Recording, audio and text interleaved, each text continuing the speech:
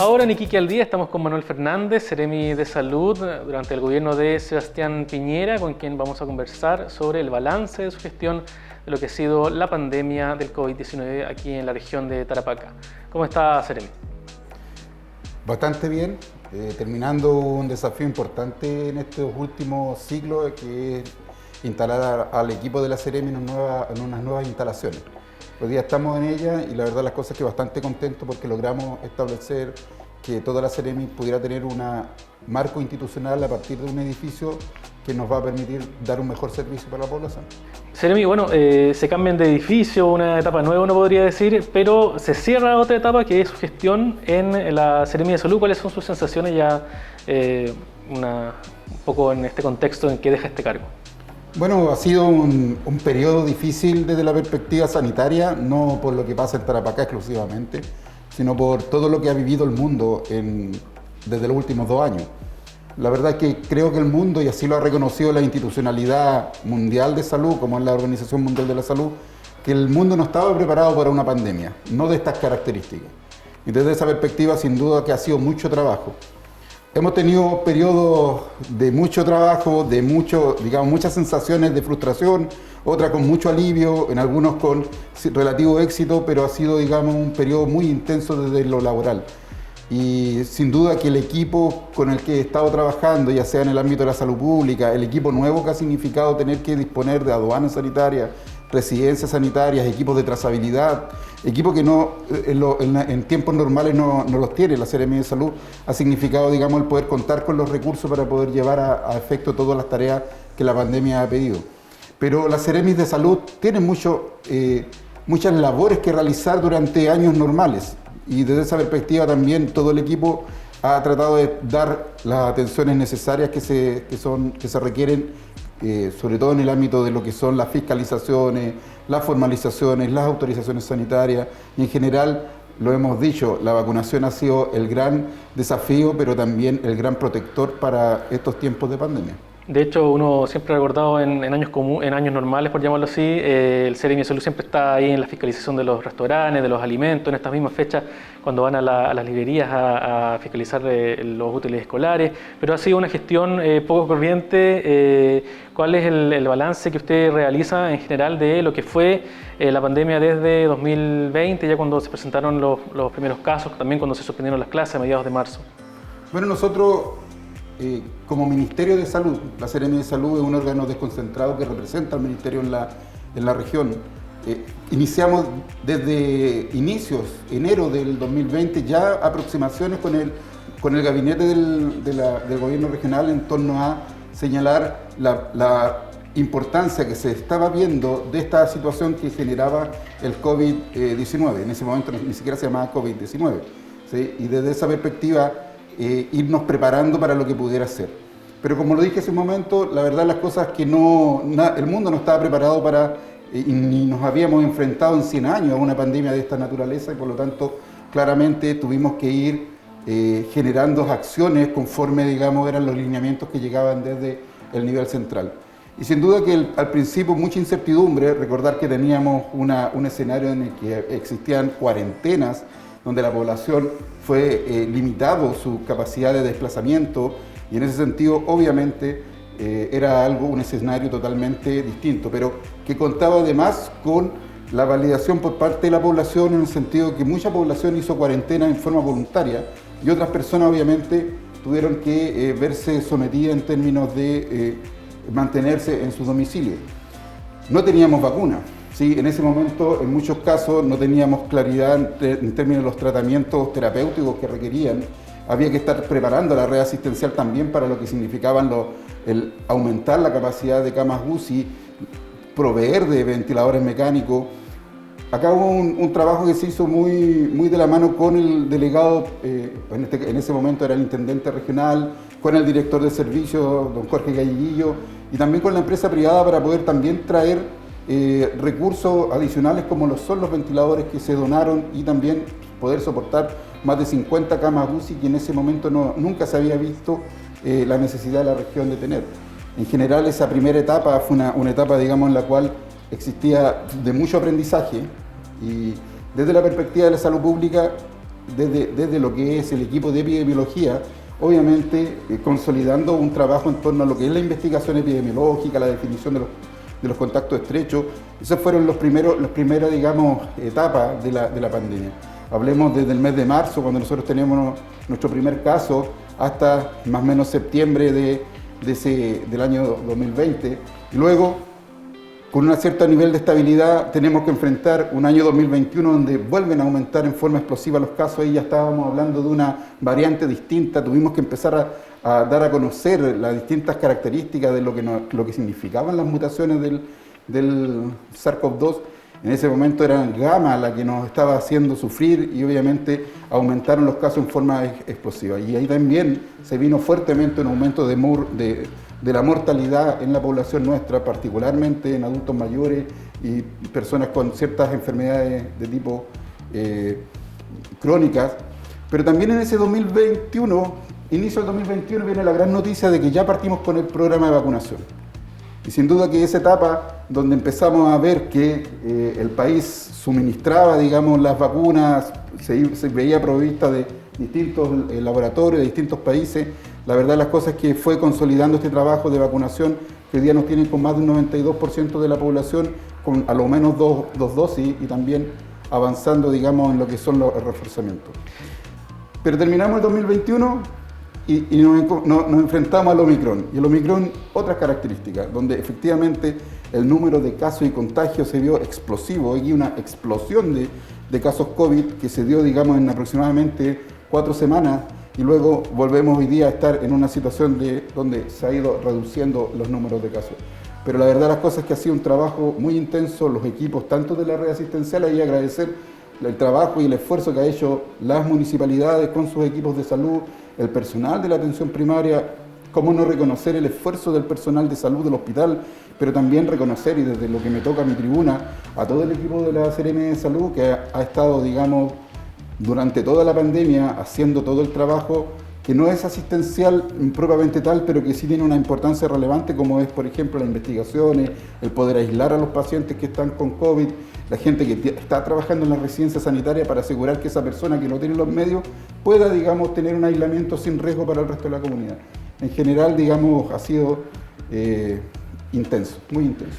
Y cuando se presentaron los primeros casos en China, usted en lo personal y también ya en el cargo de Seremi de Salud a fines de 2019, ¿cuál era su sensación? ¿Usted pensó que iba a ser tan rápido? Latinoamérica fue una de las últimas regiones del mundo que presentó casos, y Tarapacá también, de hecho, fue la última región de Chile que presentó casos. ¿Usted pensó que en algún momento iba a tener que hacerse cargo de este tema a nivel regional? El concepto de pandemia siempre lo hemos manejado. Yo, si ustedes lo recuerdan, fui parte de la Seremi de Salud, fui Seremi en el periodo de 2010-2014, donde efectivamente teníamos pandemias fundamentalmente asociadas a lo que eran la influenza, pero nunca en la envergadura que ha significado el COVID-19. Desde esa perspectiva, sin duda que uno sabe y más o menos se va orientando conforme a lo que son la información que llega desde la Organización Mundial de la Salud, y obviamente el Ministerio preparó un plan desde muy anticipadamente y nos fuimos preparando para eso. Pero nadie tenía claro cuál iba a ser la envergadura de lo que era el COVID-19 a nivel mundial y la extensión. Hoy día estamos a 2 años o ya sobrepasamos los 2 años y todavía tenemos, digamos, mucho que ver cómo va a evolucionar el COVID durante este año. En general, obviamente, nosotros siempre de la mano con lo que es el Ministerio de Salud, con sus líneas estratégicas, obviamente el presidente le dio máxima importancia. Recordar que el decreto de alerta sanitaria parte muy conocido recién, los primeros casos de COVID a nivel mundial. A nosotros nos tocó, si ustedes se recuerdan, ser la última región en que reportó un caso positivo. O sea, nosotros estamos hablando que el 3 de marzo se reporta el primer caso a nivel país. Nosotros recién, el 23 de marzo, tenemos nuestro primer caso. Y la verdad las cosas es que desde ese momento en adelante no paramos, y efectivamente la región de Tarapacá fue una de las regiones más afectadas cuando lo analizamos desde la perspectiva de los indicadores. Tal vez Magallanes puede haber estado más afectada, pero Tarapacá siempre ha estado dentro de las 2 o 3 regiones más afectadas con lo que son las enfermedades de este tipo, respiratorias, transmisibles. ¿Y cuánto influyó el desconocimiento de la enfermedad? Porque recordemos, incluso usted lo decía, recuerdo una cuña de ese momento en marzo de 2020 donde se hablaba que se iban a suspender las clases por 14 días, o sea, prácticamente en ese tiempo se pensaba que las cosas iban a volver a ser normales luego y llevamos ya 2 años de pandemia. O sea, pero era parte de ir conociendo los alcances de esta enfermedad.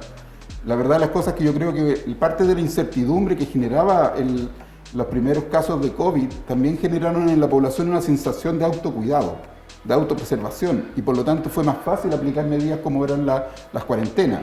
Y probablemente eso ayudó mucho a disminuir la movilidad y también disminuir la transmisibilidad de la variante alfa, de la variante beta, que eran las primeras que empezábamos a conocer.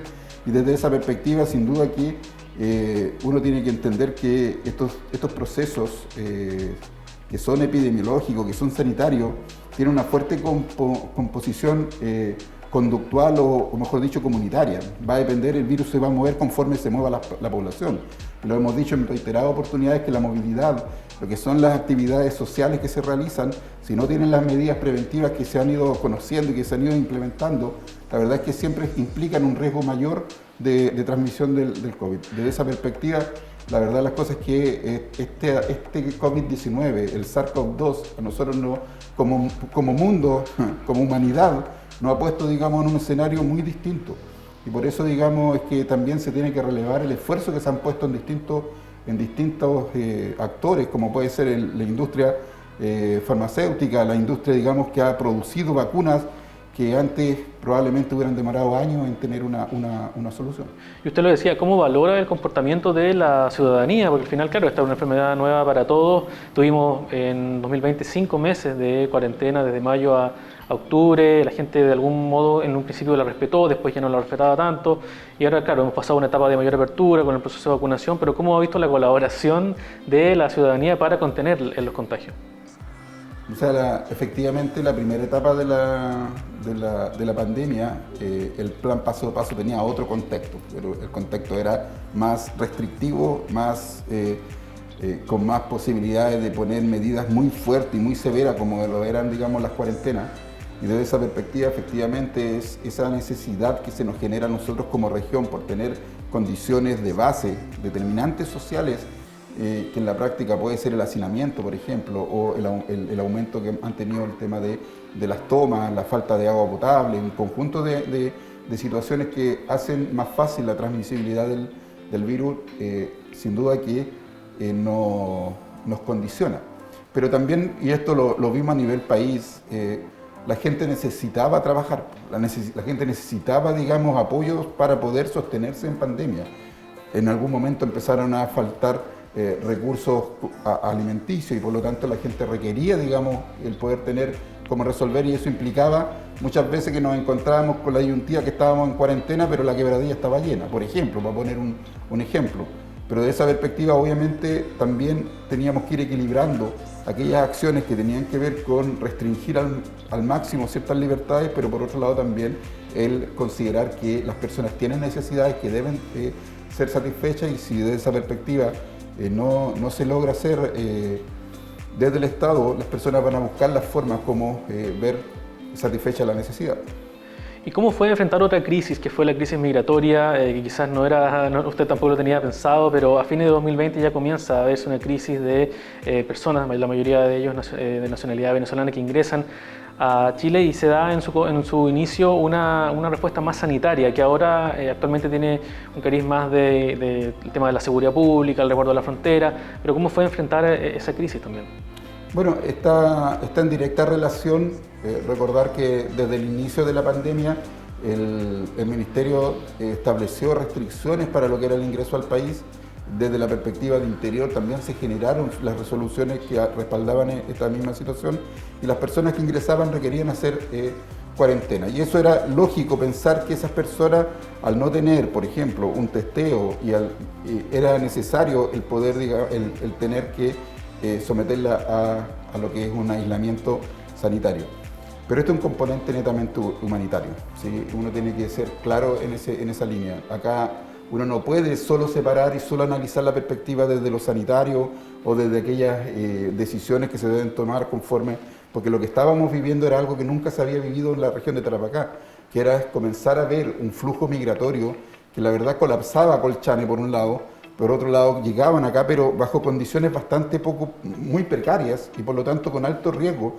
La migración, como se está dando desde Venezuela, desde los países hacia Chile o hacia otros países, la persona se transforma en una persona que está bajo condición de vulnerabilidad. El migrante es una persona en condición de vulnerabilidad y se debe apoyar. Y en ese primer momento, sobre todo cuando teníamos las cuarentenas de 10 días, nos permitía a nosotros, por un lado, hacer la vigilancia en torno a que esas personas no desarrollaran COVID y por lo tanto no estuvieran circulando con ese riesgo, pero también darle la asistencia y el descanso necesario que se requería, digamos, en este tránsito que se puede generar.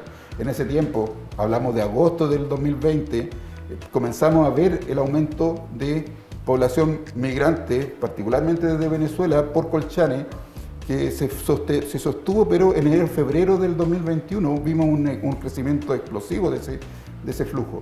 Y la verdad las cosas es que desde esa perspectiva el trabajo que hizo el equipo de la Seremi de Salud junto con lo que son los equipos de residencia sanitaria y estadías sanitarias transitorias nos permitió, digamos, poder dar una respuesta. En esa primera instancia, el municipio de Iquique muy generosamente nos cedió los colegios. Y los colegios nos permitieron establecer dispositivos para poder hacer esa primera acogida. Hacer los testeos correspondientes, que se hicieran las cuarentenas, para evitar, digamos, que un paciente positivo pudiera contagiar a la población de Tarapacá, pero posteriormente, y entendiendo que se tenía que iniciar la actividad de clase, teníamos que tener una alternativa y hoy ya tenemos estadías que están exclusivamente destinadas para esos fines. Claro, de hecho, porque la estrategia de residencia sanitaria inicialmente estaba planteada para residentes, pero a fines de 2020 se comenzó a ver que la mayoría, incluso en algunos casos, estaban ocupadas por migrantes. Pero ¿hubo un desborde en algún momento? ¿Cuál es la autocrítica que usted realiza sobre cómo se lideró esa crisis? Se lo pregunto porque usted lo decía, las Seremis dependen de los lineamientos que se entregan del Ministerio de Salud, pero cada región tiene sus realidades y en este caso Tarapacá mantiene esta actual crisis de migrantes por Colchane. O sea, yo sé que desde la perspectiva de la opinión pública, lo que pasa en Tarapacá se le ha dado un conjunto de calificativos. Pero lo que nosotros hicimos y lo que hizo el nivel central, el Ministerio, fue respaldar todas las decisiones regionales conforme, digamos, evaluábamos las necesidades que teníamos por esta realidad muy distinta a lo que estaba pasando en el resto del país con respecto a la componente migratoria. Y la verdad las cosas es que se nos entregaron los recursos necesarios para poder dar esta primera respuesta. Yo he escuchado en la población toda la crítica que se realiza, pero ¿quién controla un flujo migratorio como el que está viviendo el país? ¿Qué pasa en Europa hoy día con la guerra entre Ucrania y Rusia? Se van a ver desplazados y va a haber gente, y hoy día vemos mucha solidaridad de los países, pero ¿y si no estuviera esa solidaridad? ¿Se pararía el flujo migratorio? No, seguiría. En el caso de Chile, que enfrentábamos una pandemia y que todo el cono latinoamericano lo estaba enfrentando junto con nosotros, vio movilidad de personas, vio desplazamiento de personas y eso iban a ingresar por alguna parte.